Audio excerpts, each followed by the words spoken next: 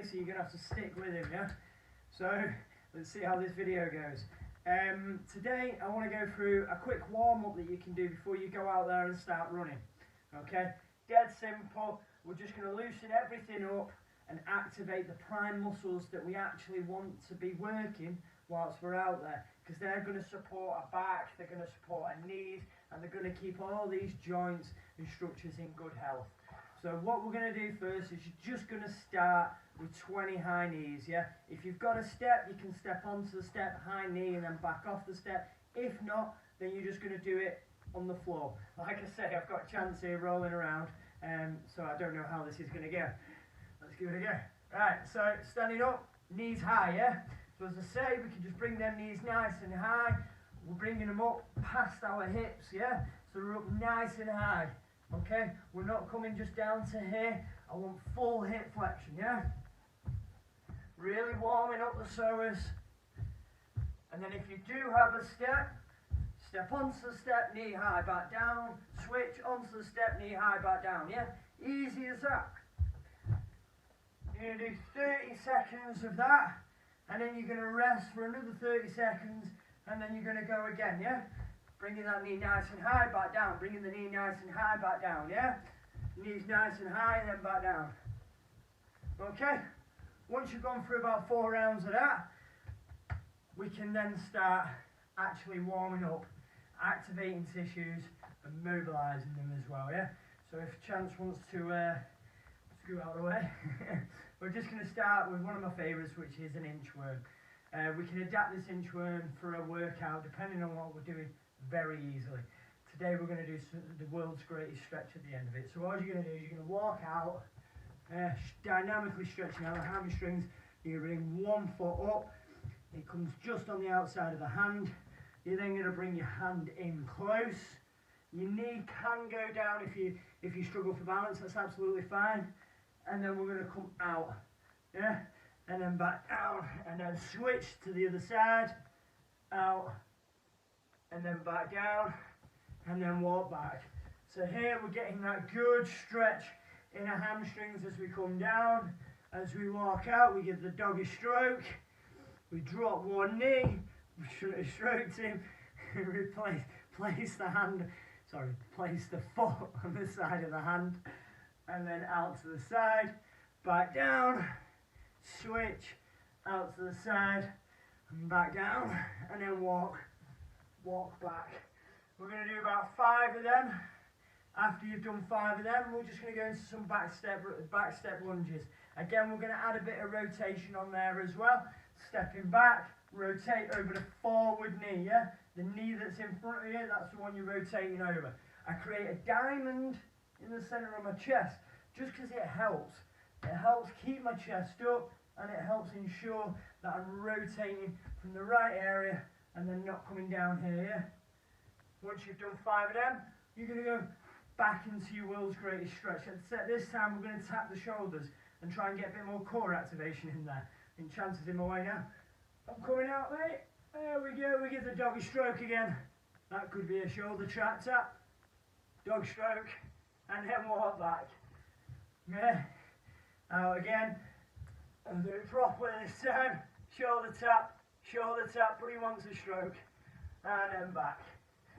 Okay, so you're going to do 5 of them. After you've done 5 of them, we're now just going to go into some squats, yeah?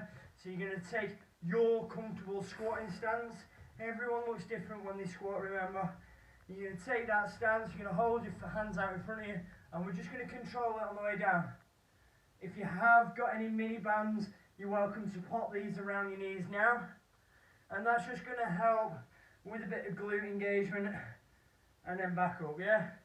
You do 5 to 10 of them. Again, this isn't to burn anything, it isn't to really tire you out. It's just to wake up the tissues before you go for a run. If you do have any kind of Achilles strain, if you do have a bit of tendinitis, a weak calf, I would suggest also warming them up.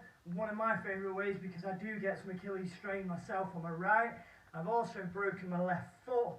I've injured a ligament a couple of years back here. So I've got a few issues there. So I need to make sure that all these tissues that are supporting my ankles, my hips, etc., they're ready to fire, they're primed, and they're going to do the job when I'm out there running.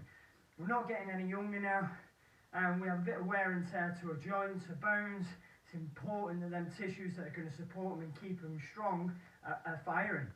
So what I like to do for my Achilles is just some pogo jumps or tiptoe jumps. So just on the toes, up and down, just firing the calves, trying to get some height. The heels don't come down. I just keep on the ball of the foot. This is also going to work the intrinsic muscles of your feet. My dog's going to jump at me in a minute. No, he's run away scared. 20 to 40 of them, couple of reps, you should feel it again. Start to warm up and the blood flow through the calves. Now what you don't want to do again is you don't want to spend too much time and do too many reps on any of this stuff, because it's just going to tire out too much before you go out there and start running. That's not the goal. The goal here is to mobilize everything, activate everything, and then get the real work done out there, yeah? After we've done that, so now we've warmed up a little bit, you've brought your heart rate up, we've loosened off the hamstrings with a bit of an inchworm, we've got the core going with the planking. If you don't feel like your core quite hit there, if you feel like when you walk out, you're doing your shoulder taps and you're doing this, so you're not actually stabilizing yourself and using your core, we need to keep that locked down. Yeah, if you watch my hips, as I do the shoulder tap, there's very little, if any, movement in the hips rotating, and that's because the tissues here are firing and keeping everything, and in the glutes, keeping everything nice and stable, yeah?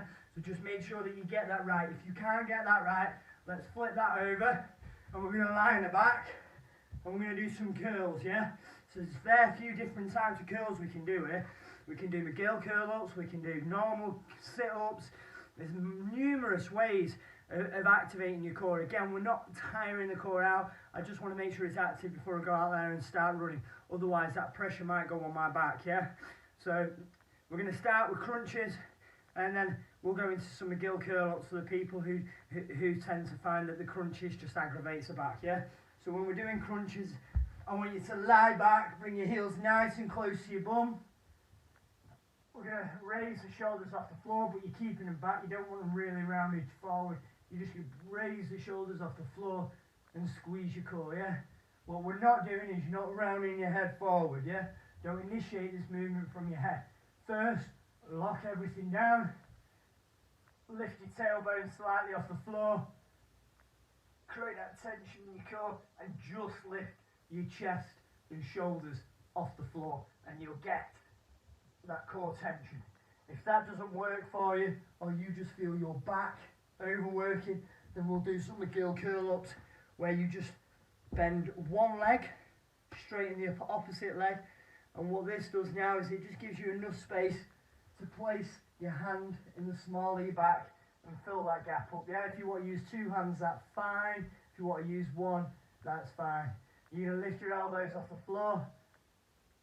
You're going to squeeze your core and hold. 5, 4, 3, 2, 1, and then down. And then repeat. 3, 2, 1, and then down. Whether you do 3 seconds or 5 seconds is up to you.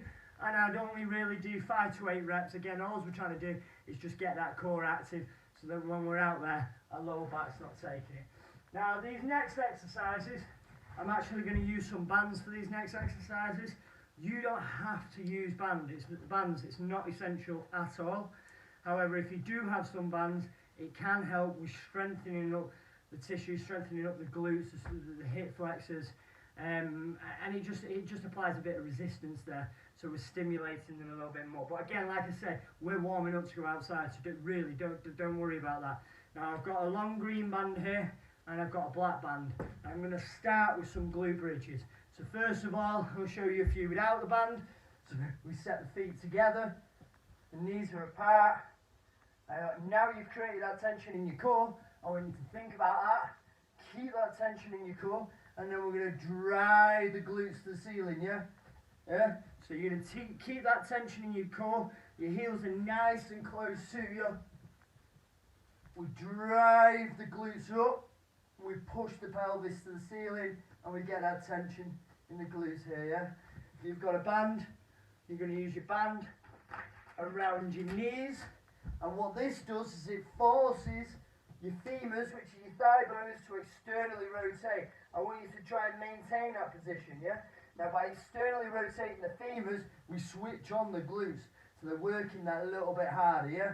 It's going to be good for stabilising your knees, but it's also good for keeping that tension off your back, okay?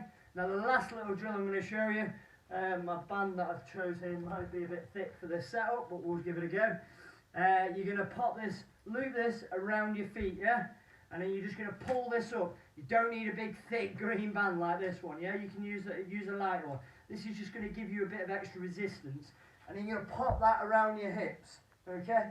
It's a bit of a knack getting into that position.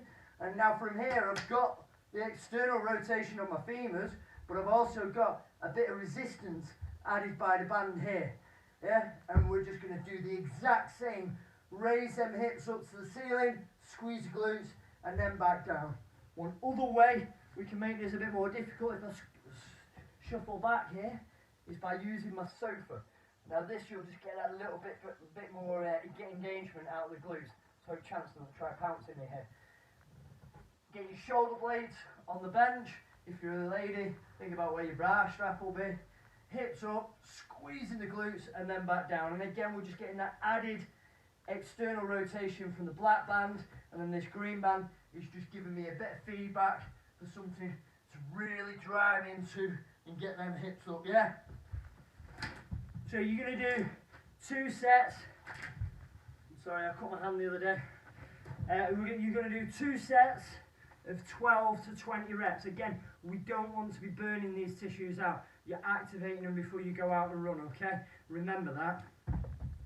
The next exercise that you're going to do is a psoas march. So psoas march, we can either stand up on 2 feet like so, and we just focus on bringing one knee high past the hip, yeah? So we really want to get that knee high. And you're going to hold 1, 2, back down, and then switch, hold 1, 2, and then down.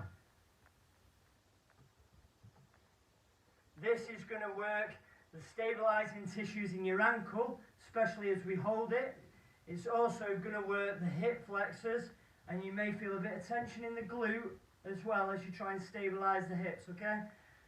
You're going to do up to 20 of them, and then after you've done 20 of them, we can then walk over to a wall and do them a little bit quicker now, yeah? So if you want to use a band, you can use a band. If not, we're just going to hold, yeah? You're just going to hold. You'll still get a bit of activation in the hips, but also as well, you're activating the smaller tissues in your ankles and your calves and your feet. Now, another way of doing psoas marches is up against the wall. If you're going to do it up against the wall, I always like to say to start with a diamond shape in the center of your chest, place that on the wall, so it just so happens to be where the light switch is here, and then I'm going to walk back. Think about the credit card rule, so you should always be able to slip a credit card under your heels, okay? And then what I'm going to do is I'm going to bring my knee up to the elbow. And what that does is, because I've set myself into that position, it forces my knee past a 90-degree angle anyway, okay? Now we're going to do this a bit quicker here. We're going to do 20 reps. 1, up fast. 1,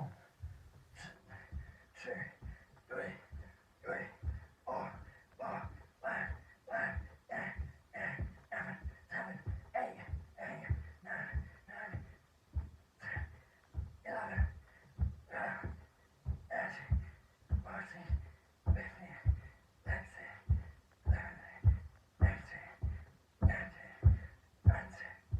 Again, if you struggle with any kind of balance, you really struggle with that movement, just slow it down. It doesn't have to be fast. Use a nice thick band if you can. However, we're not burning out and completely knackering yourself before you go out there.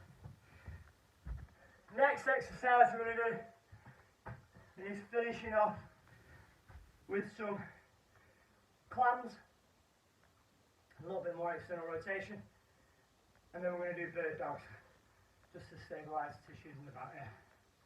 So with your clams, you want something a little bit lighter than the band you've just used. I normally go for a red band. However, you've got a selection of bands if you have bands. If you don't have bands, don't worry about it. The important thing here is keeping the hips stable.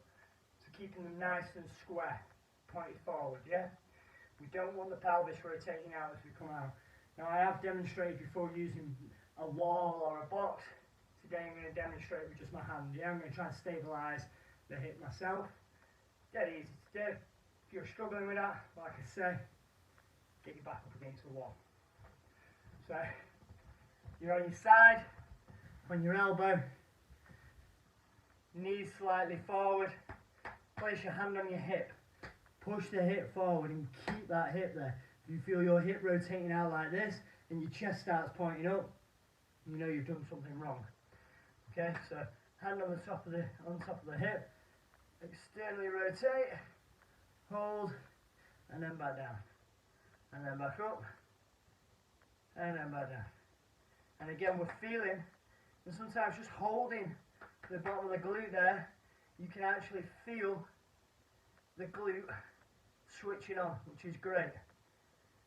Sometimes some people don't find that they can feel it at all. They can't feel it when they touch, nothing tense up, and they can't feel it in their mind either. If that's the case for you, just hold for a few seconds and really try and push this hip forward as you're driving the femur out, and it should switch on. Once it's switched on, rep out 12 to 20 reps. Flip over to the other side, same again.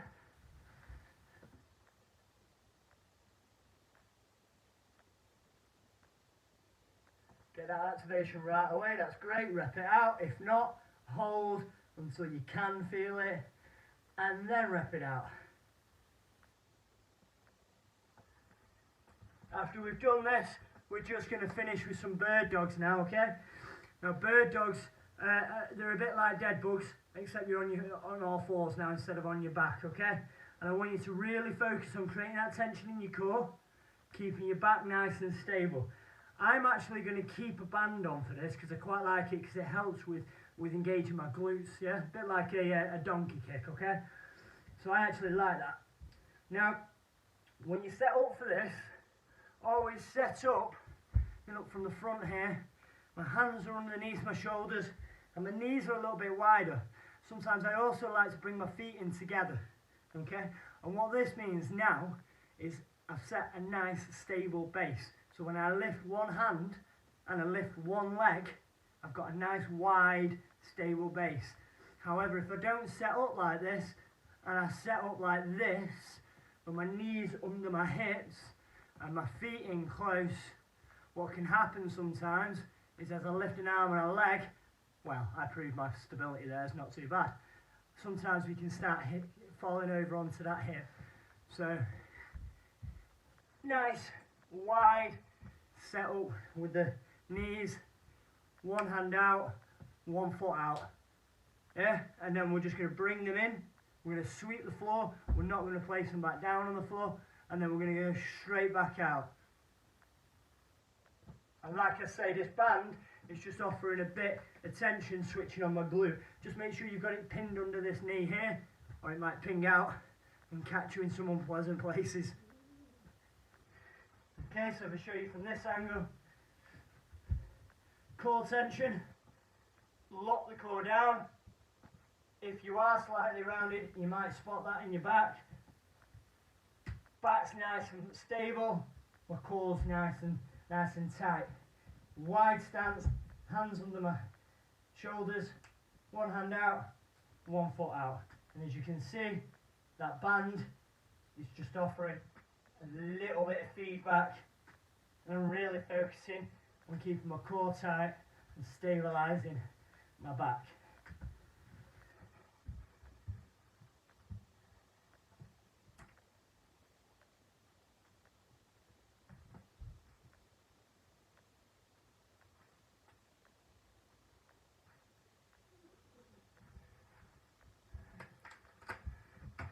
Once you've done all them exercises, let's say you've be good to go. Now it's taken me 20 minutes to explain that little routine there. I'm actually explaining them, I'm demonstrating them, I'm fighting with the dogs. It can take a little bit of time to do that. However, it should only really take you 5-10 minutes to get through that. There was one thing I have missed from that, and that was terminal knee extensions. Now we can do terminal knee extensions with a band, attaching it to something such as a door handle here. And I'm just going to step into it, and I'm going to push the knee back and really focus on squeezing the quad. However, if you don't have access to a band, you don't need it. Stand on one leg out in front of you, and we're just going to bend the knee, straighten the knee all the way back. Bend the knee, straighten the knee. One thing I always cue people to do when we're doing any kind of single leg work or anything that requires some stability from the feet, is grip the floor with your toes. Imagine your foot is a hand and you claw in the floor. Really grip the floor. You'll feel the intrinsic muscles of your feet engage. Yeah? This is my unstable ankle. This is the one I really need to focus on. I grip the floor with my toes. I keep that knee out. It's not inside and wobbly. It's out. Tracking my toes. I can feel a little bit of my Achilles tightening up there as well. That's quite normal for me around my ankle. And it's just getting the quad firing. VMO. And then again, waking up. All them stabilizing tissues in your feet, in your hip, and in your ankle.